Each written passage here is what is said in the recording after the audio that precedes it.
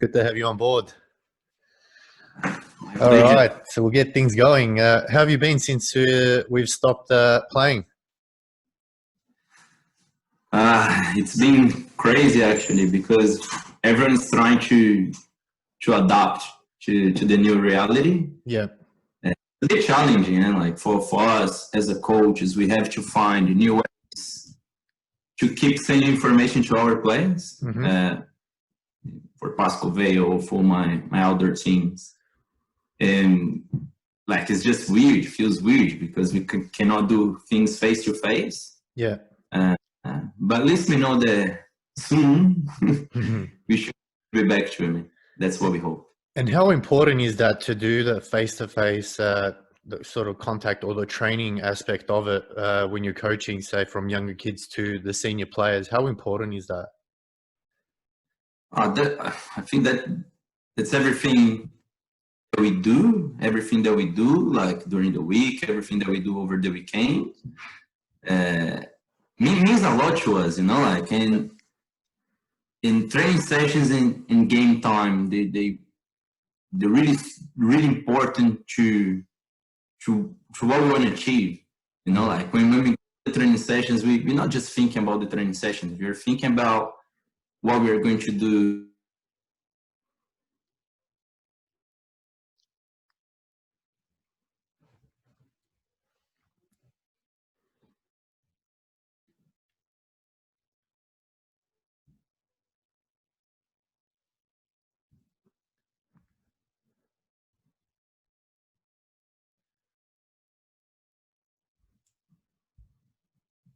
About being face to face is the main part.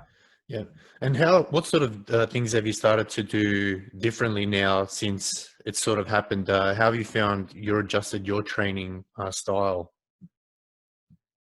At the moment with Pascovel, we kind of keep sharing information, trying to keep the boys fit. And with my outdoor clubs, I don't have the opportunity to talk to them all the time. But some of them can still do a few one-on-one training sessions because we are allowed to do personal training sessions, and which is good. Like I can at least see most of them and see that they keep fit, they can keep work on the technical stuff, and I think that's what we can do, and that helps. And have you noticed players reacting? Have they been sort of a lot more? Do you feel they're training a lot better now that it's one-on-one? They sort of feel like you get more valuable time with yourself, or do you feel it's not nothing much has changed? Do you think? It really depends on player to player. Like I've got that I've been coaching them one-on-one for over 2.5 years, like every single week. That's good.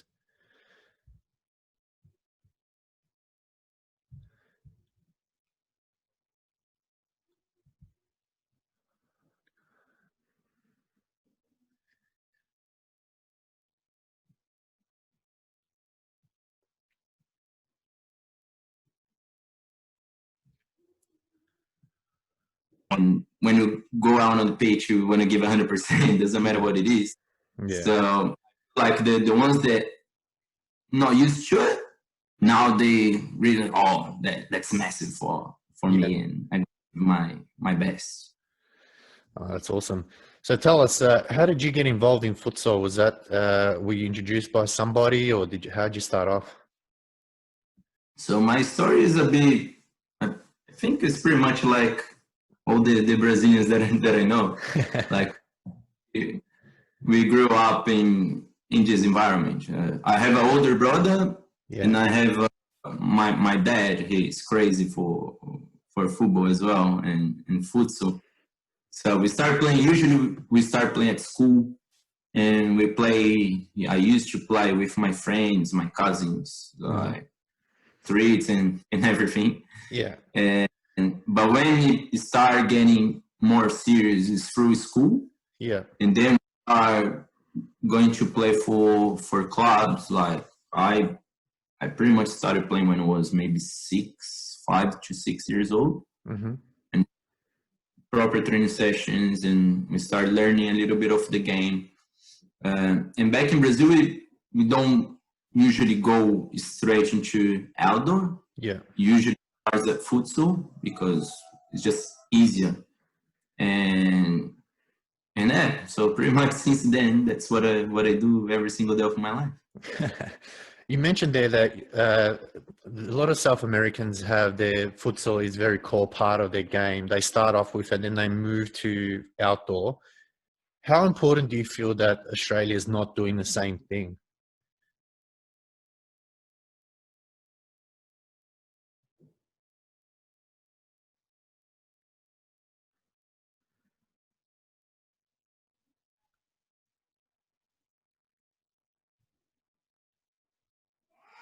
You there, mate? Yeah, yeah. Yeah, so I just got a bit of a slow internet. So in a lot of South American countries have futsal as a starting point, and then once they get to a certain age, they move to outdoor. How important do you think that is that Australia has that same model? Look, it's hard to compare because we have different cultures, and that's the main thing. Like here, we do, in Melbourne at least, we do have an opportunity to play outdoors since we are 5 years old.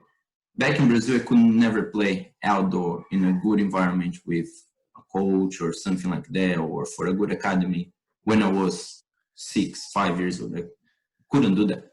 Yeah. I think here there is a big potential for improvement on how that process works, because if you can get kids playing like futsal in outdoor when they are young, at futsal they develop different skills. Yeah. When going to soccer, they also do develop different skills. And when you get to a certain age where you can decide what you're going to do, like maybe when I get to 15 years old, Mm-hmm. what actually happened to me? Do I go outdoor? Do I go?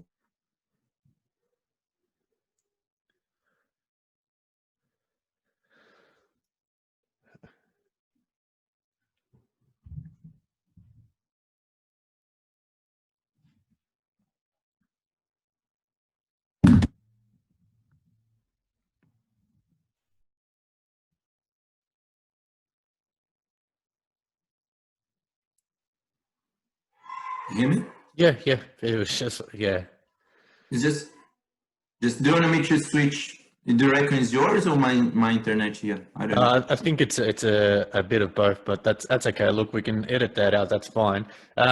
We recently I was reading that Ronaldo, the original Ronaldo and the best Ronaldo, has started to introduce futsal into Real Valladolid.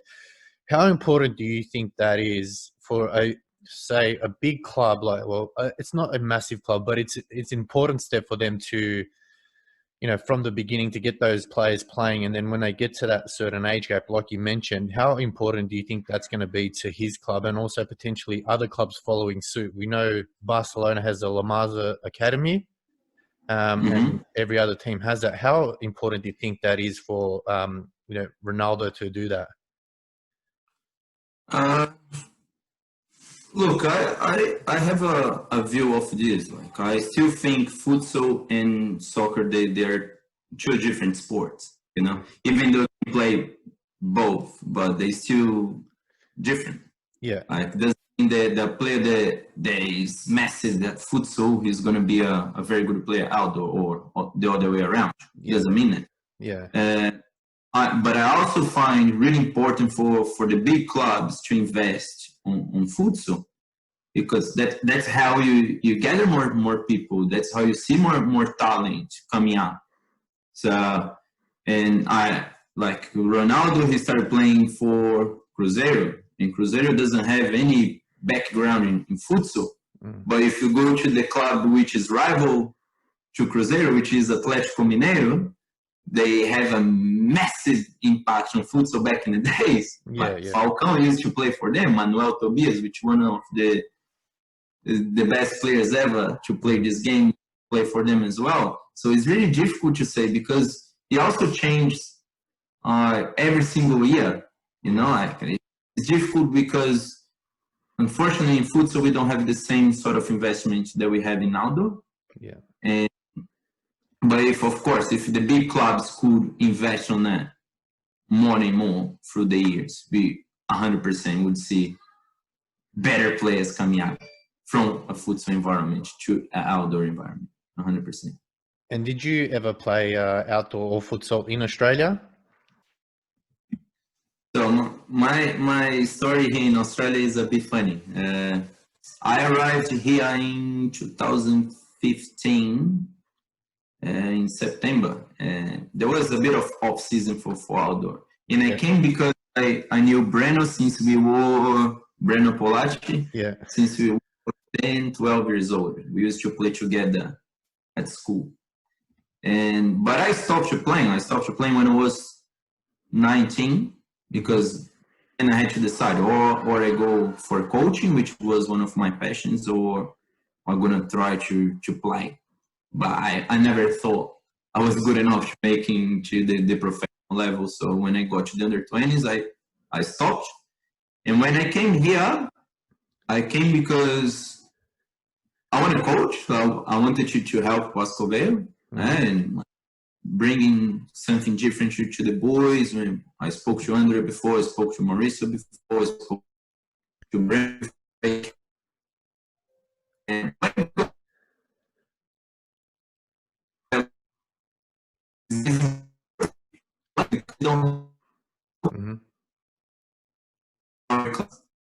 so I was okay, try to play for a little bit because I was still fit. I could just try to adapt the league and play. Yeah. And I did. So I played for I think there are people downstairs, maybe they're using the internet. So getting back to start over? no, that's okay. We can just start off where we left. So you mentioned that coaching was your passion. How have you found being a coach? How are you still looking at ways of have you studied something, or have you tried to introduce a new style of your own way of coaching? How have you gone about it? Look, now I've been coaching for nearly 12 years. My first coaching job was when I was 18. Wow. And because you play your whole life and then you thought, maybe I know how to do this. Mm. When the opportunity comes up and you're like, I got this, and actually you don't, I think is the never stop learning, kind of thing. I learn every single day. Coming to Australia as an example is totally different environment that I was used to. Mm-hmm. Even we say, back in Brazil, okay, we had amazing players and that, but coming here is very difficult. First, because of the language. Mm-hmm. Second, because the way people think the game. Which is different kind of routine. So you always have to adapt. So I'm lucky to have people that taught me a lot through the years. Mm-hmm. And some of them are still teaching me. I have an older brother as an example who is a professional coach, and always look up to him and always learn me. We still talk about every time that we call each other is not to ask how is your day been? Is how is the coaching going? Like how is your team doing? How is the training sessions doing at the moment? This kind of thing. But it's really hard to say that that's my style and that's it. I honestly I disagree with that because we change over time. Yeah. Doing now is totally different to what I might doing 2 years time. Yeah, obviously you're evolving as time goes, and as you experience more kids and adults, and you will go in different situations. What do you think is the hardest part about coaching for you? Really depends. It really depends on where we're coaching because it changed so much. Like environment to environment is totally different. Like sometimes you have an amazing team, but the environment of the team is not that great, and that makes it possible to win.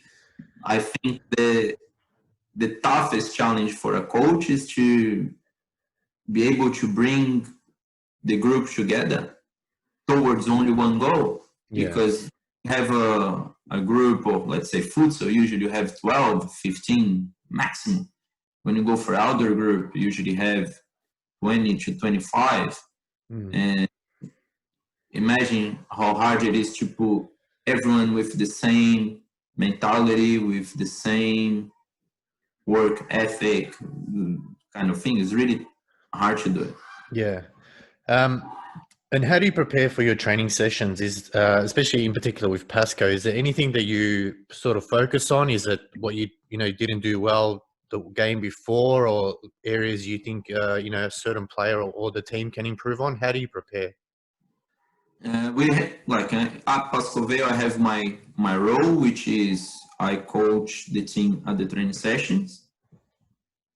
And Paul Vidic, as a manager, he takes care of the game. I'm just there to advise him. Whatever he wants to do, I'm there. We talk, we discuss, and we make a decision.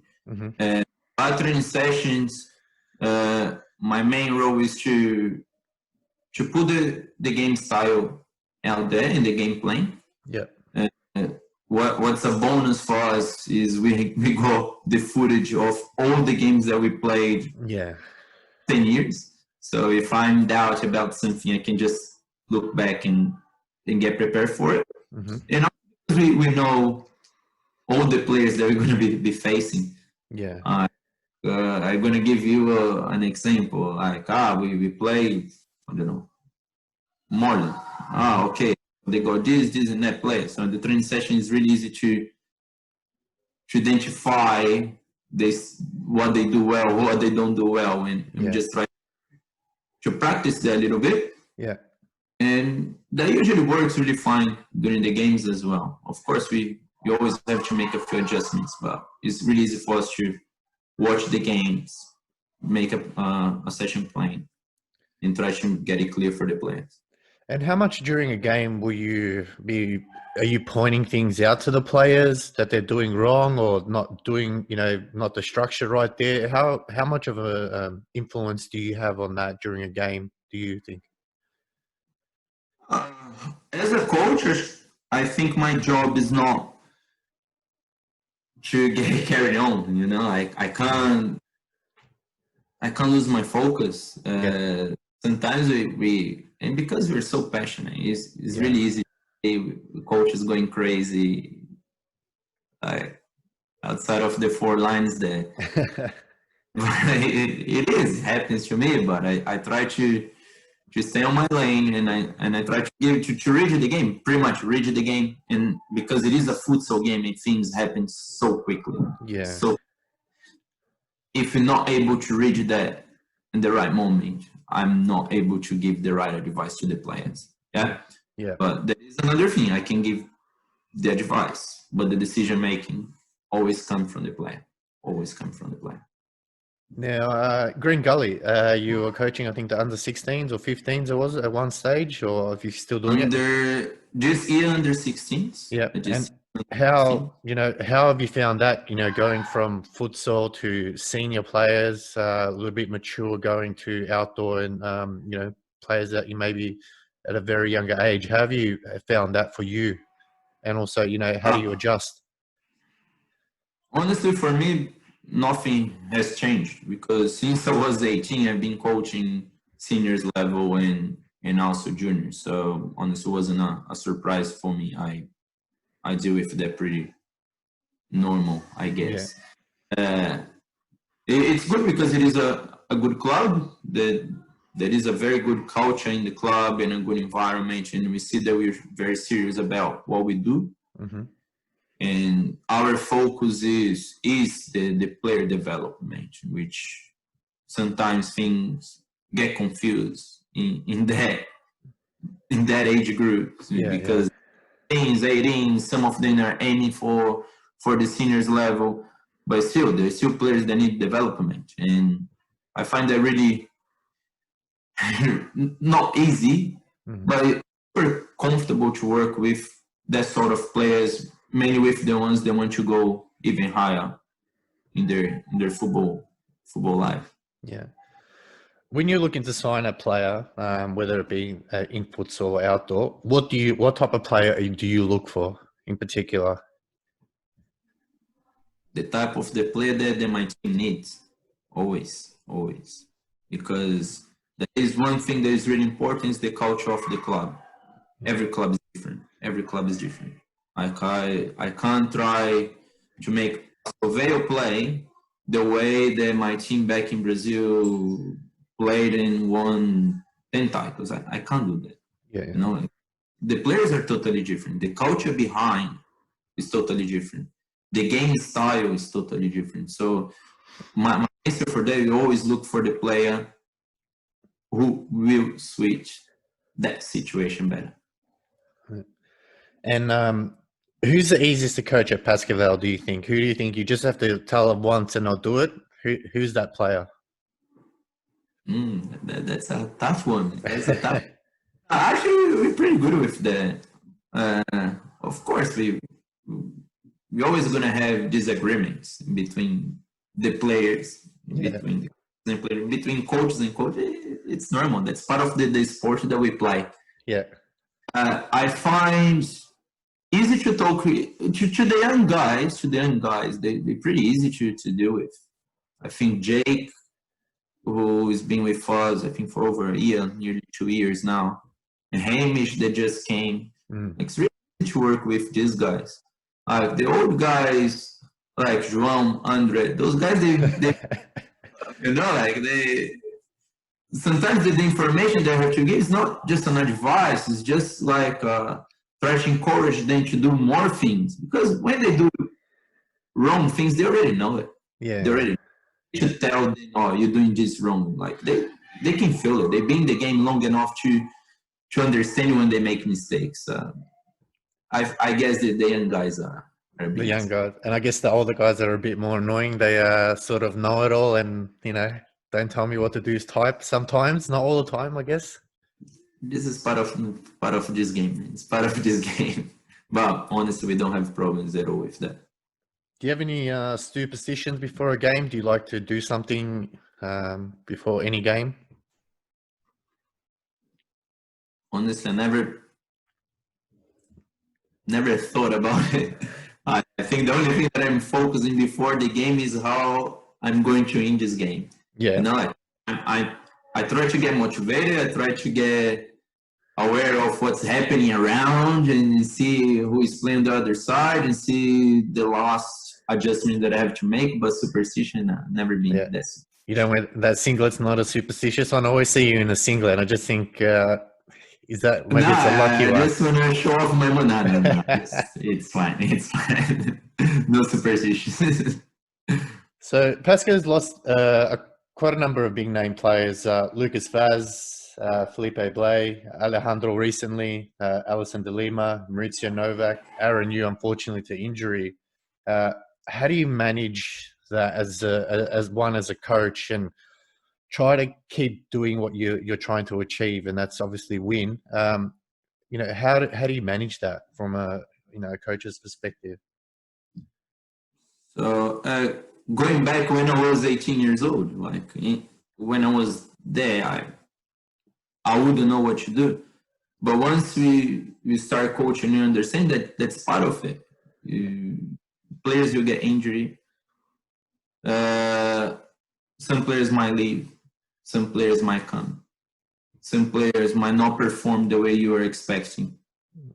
You just have to. That's why you need the group, and that's why you can't have 5 players. You need to have for the league that we play, weeks in and out. We need to have at least 12 players ready to play. Yep. Any moment, and not just to play, but able to perform as well. I think what we can do the best is to keep the players motivated. Mm-hmm. They haven't been playing, to know the opportunity will come, and when it does, you gotta be ready for it. And it is a daily thing to work on. Yeah. On the focus, on the mentality, on the preparation. You don't know how long you're gonna be on the court for. You don't know. Like you might be there for 2 minutes, you might be there for 20 minutes. Mm-hmm. You might be there for 1 minute and you play well, and then you earn more 20 minutes. Yeah, yeah. But it is what it is. Like we say, that's what we say. Me and Andre, we always talk about this. So if players leave, and they leave, and we're just gonna adjust and we're gonna keep going. Just gonna keep. Of course, it's hard to see when the friends leave, or when Aaron, who was having an amazing season with us, he get injury at that moment, like the best moment of the season, and he gets like that, and it is pretty heartbreaking, but it's part of it. You've been very close over the last couple of seasons. Obviously, last season, on the final game, weren't able to obviously clinch a win. What do you think's missing from Pascovel to just get you over that line? Do you think is it a certain player? Do you think it's you guys being more consistent across the season? What do you think it is? Good that you mentioned that, because we, at the start of the last season, when we were having our meetings, and we're like, okay, what's our goal for the next 8 months? And we said we have to win one title, and we have to get through the grand finals. We did it. We did. Actually, we achieved our goals. But we know that we could have won, if not all the titles, but we could have won most of them. And when you see that happening over and over again, you're losing in the last minute, you're losing in the last second of the match, you're losing because you could have scored and you didn't score, and you conceded the goal in the counter attack. Yeah, those things happening. I think the only thing that we could say is a lack of maybe maturity. Okay. And a bit of concentration as well, because when your focus is on the play, and also it brings your confidence.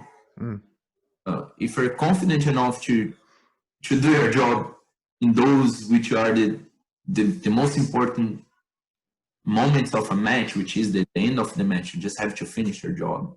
Yeah, it's something that we have to work on, because it's not normal. You're losing games in the last minute, in the last ball of the match. It's not normal. Just something that I have to work on. Yeah. You mentioned, two close games, obviously Series Futsal and SFA going down to the last, minute or so. What do you learn from those games that you tell your players going forward? What can you teach? What can you say to them or teach them, or, explain to them that, hey, look, if we ever get in this situation, this is what we need to do. Is there something that you've mentioned to them after those games or anything like that? We always do say the game starts when the ref blows the whistle, and we're gonna play into the last second. Yeah, because everything can change in 1 second. So we gotta be prepared for it. It's just like difficult to deal with what might happen, even though like you're super prepared. You prepare for the fifth main situation. You prepare for if you get a player sent off. We are prepared for that. At the moment in the game, when you don't have that time to actually sit back and analyze what's happening. I mean, as a player, as a coach, I can still do that. But as a player, it's really difficult for them. I guess what I always say to them, like, we have to play from the first to the last second. Yeah. And what we have to learn from what happened before is to take our chances. Because if you look in all of these games, and you mentioned those games, but the one that hurt the most, I think, is the game 2 years ago when we played SFA in Adelaide. And we lost the same, like we lost in the last few seconds. Yeah. Right. I think that game maybe hurt the most because we playing so well. We had such an amazing competition, and because like a little bit of concentration in the most important plays, we conceded some goals that we shouldn't have. Yeah. Do you feel that your players From the other players. do you feel that your players will be better from those experiences? Because a lot of players don't get a chance. Like you mentioned, your goals were to be in finals and win a trophy, and you've done that consistently over the last couple of years. Do you feel those players, they sort of grow a lot more from those experiences and understand what's required of them? And like you mentioned, concentration levels. It has to be from start to finish. Yeah, some of them do, definitely. Some of them do. The ones that are resilient enough to understand that you're gonna cop it. Yeah. Like how many games have we won in the last second? Yeah, that's right. Yeah. We lost in the last second. So it's up to us to learn from those moments. I think some mistakes that we made in the last months, like let's say in the last 6 months, I don't think they would happen over again. Yeah. Because we know how much it hurts, and we know that we need to take that on board and say that's our responsibility, nobody else. And we need to learn and grow from that. And yeah. I'm pretty confident that all of our players are very aware of, when we got the chance, we're not going to give it away. Yeah. I'll go an easy question this time. What's harder, coaching the boys or keeping Paul Vidic calm? That's a hard one. Huh? That's a hard one, actually. No, I think our boys, it really depends, because we feel like when we get our environment, the training session environment, in the pre-game environment, like we had a good warm-up. Like we know they're going to have a good game. Even when things don't go well, or they start, but we know, guys, we got this, we can come back. Keeping Paul Vidic calm will never happen. He's so passionate about this game. Yeah. Really, we need to give that to him, because he's someone that loves what he does, and he loves the boys. And Pascovel is the club that it is, one of the most important in Australia. Is mainly because of guys like him. Yeah, absolutely. I mean, it's as much as we can laugh at it, we can see the passion, and that's why we love the game. It's people like that who really care, and it's there's no malice behind it. He just loves it, and you can see that, and as well as yourself and a few of the other boys, the coaches. You won the club's cup. Was that a big relief for you guys? No, it's not a relief. I think it's part of our job. We know that we got everything that we needed to win that game. I think we played 2 days after we losing the SFV. Is that correct? Yeah. We kind of, guys, we just need to switch off and switch on again. What's in the past we can change, but we can change what's in front of us. Yeah. As a team, we've been preparing ourselves for so long, and we know that we got enough to win this title, and we did. I think it's something that we had to do it. We had to do it. I don't take it as a relief. Yeah. Which team do you find hard to match up with? Is there a particular team that really gives you guys a lot of trouble? There are a few teams that give us a lot of trouble, but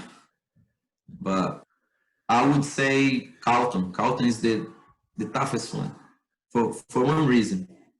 If you don't match up the Carlton intensity, you lose the game. Doesn't matter how well you play, doesn't matter if you got better players than them, but if your intensity is not the same or above their level, you're gonna lose them. And I've learned the last few years. It's a good answer, because it leads to the next question. Just before the season ended, you guys played against Carlton, and at one point they were looking like a very big win, and you managed to pull it off. Was that just a bad game for you guys, or were you underprepared, or like you said, you didn't match their intensity? Just because of that, and we had that conversation before the game. And also after the game, we say, every time that we play against Carlton, we know that all we have to have that level of intensity and concentration. We know that we're going to concede goals. because they are a team that can score goals like this. Yeah. And you know, to come back right away, you're going to concede 1, 2, 3, 4, and then forget it. You already lost the game. Yeah. And honestly, we knew that. We knew that. It's just something that we didn't nail before the game. So it's our responsibility. And who are some of the players currently in your youth ranks that, you know, are ones to watch out for? Because Pascovel is a club from, you know, juniors all the way up to the senior men's. Who's a youth player there that we probably haven't heard of or seen too much? That's one going to be to look out for in the future. Oh, look, I honestly think the boy that just came from New Zealand, Hamish, he's going to be a very good player in the next few years. Of course, takes time to adjust, but we can see that he's got a lot of potential. I think Adam Hayek, what's his name? Yeah. We can tell that he's going to be a top player the next few years. We can tell that. And there are a few surprises coming, but I'm not going to tell you now. There are a few surprises for the next maybe 2-3 years. But I'm not going to say, people are going to try to take them from us. Hopefully we can see him. You mentioned Hamish there. You brought in Leo Kimpara, Fab Jr. and Hamish. I know it's only been a few games for them, but how have you found them fitting into Pascovel's culture and system? Also, we brought players that we knew that would fit in the system that we want to play. We know that Fabio is a very strong player and a very intense player. And sometimes, as he lost Alisson, and we know that we need a player that is just intense as Alisson to win balls, to put pressure up at the top. And I think he's doing really well with us so far. Yeah. I'm 100% sure he's going to be able to score more goals, to be even more important for the team that he is right now.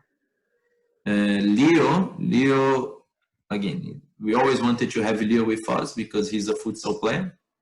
Like he understands the game of futsal.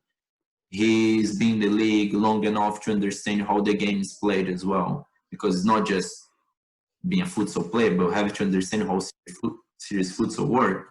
Yep. And I think same as Fabio, like takes a little bit to adjust, to understand how the system is, to understand how we want to progress through the season. And another player that is going to be fine. And Hamish, like, is a surprise for everyone because nobody knew of him beforehand. But we always like wanted to bring him even before. And now that he's here, so we know that 1-2 years he's going to be pretty much in the same level as Tyler, Scotty, pretty much like that. Yeah, this question came in Portuguese, so I had to Google translate it. I'm not sure if the translate was correct. So, why are you so fussy? Fussy about what? I don't know. It just came through in Portuguese, so I had to do Google Translate, and that's what it said. I'm not sure if that's the correct translation, but that's what it came. Say the word in Portuguese. Say the word in Portuguese. Look, my Portuguese is not good. That's fine. My English is not that good either. I think I still have it in Google searches, but when if I find that, I'll get it to you. Another question that came through was, if you could pick 12 Series Futsal players from any team and create a super team, who would they be, and what do you think you would achieve with that team? Achieve what we could achieve. First, I'm going to start from the last question. What we could achieve, I think, with a proper setup, like training sessions, more than 3 or 4 per week, 100%. I think we should be able to play overseas. I mean, play in Asia and have a good experience there. And also, I really believe that we would be able to face some of the good teams from Asia, 100%. But the 12 players, really hard to pick, huh? Really hard. Is that though? If you had an open checkbook and you could sign whoever you want? All right, do you want me to start? No, let's start from the keepers. At the moment, for me, the best goalkeeper and it's been for the last maybe 3-4 years, it is Aaron. Yep. So I'm not going to count Felipe there because Felipe is not playing the league at the moment. Maybe Tamburino, who started with us, and man, really happy to see a player like him that was very shy at the start. Like we didn't even know what to expect from him. And after like 3-4 years, being able to play the level that he's been playing is just amazing. The back there, got a few good ones. Like I would say, of course, Andre, just because of the experience that he brings is super important. Like he's a very regular player, and also Cooper. Cooper for me is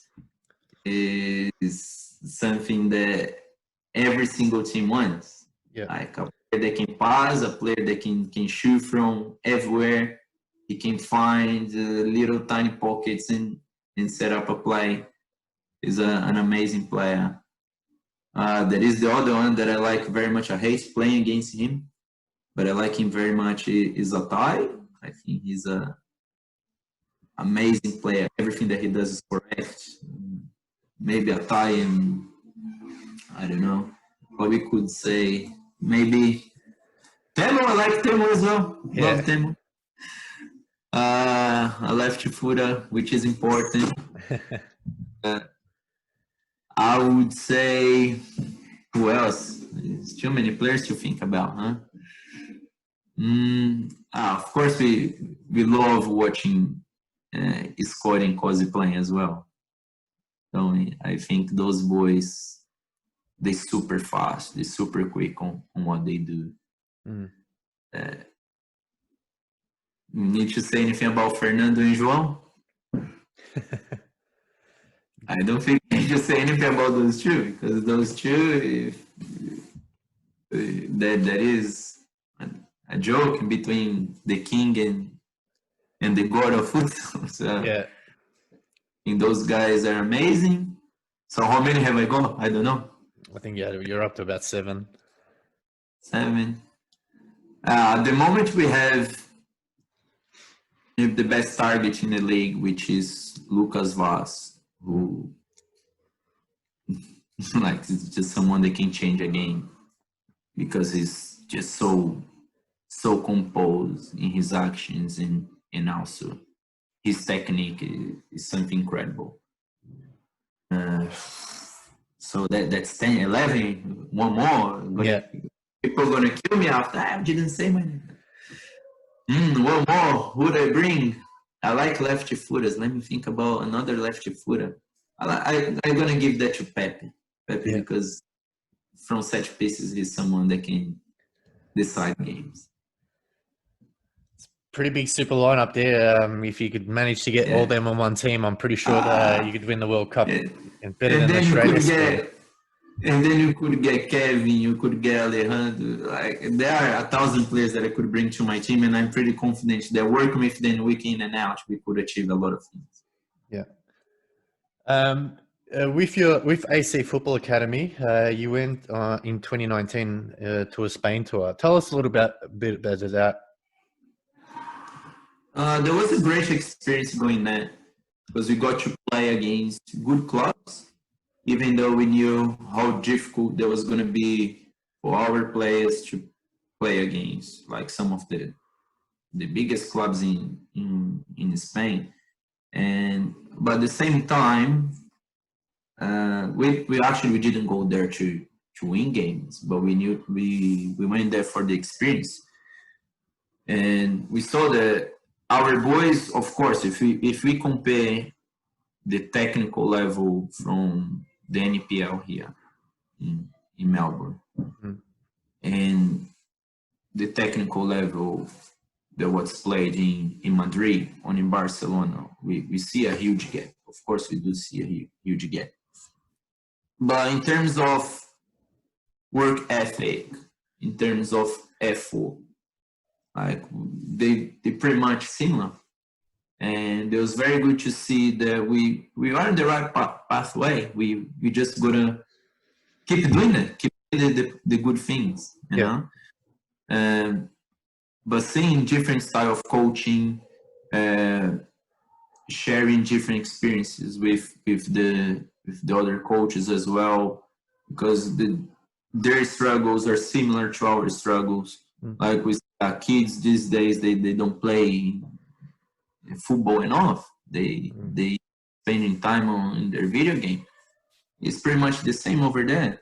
You know, like, of course, Real Madrid always gonna have good players in their academies. Of course, they can get the best of the best, but they've been saying that, okay, we still have the best players, but every year the level drops a little bit, just because maybe the passion is not there anymore, or maybe because, no, just the culture is changing, the culture of the world is changing a little bit.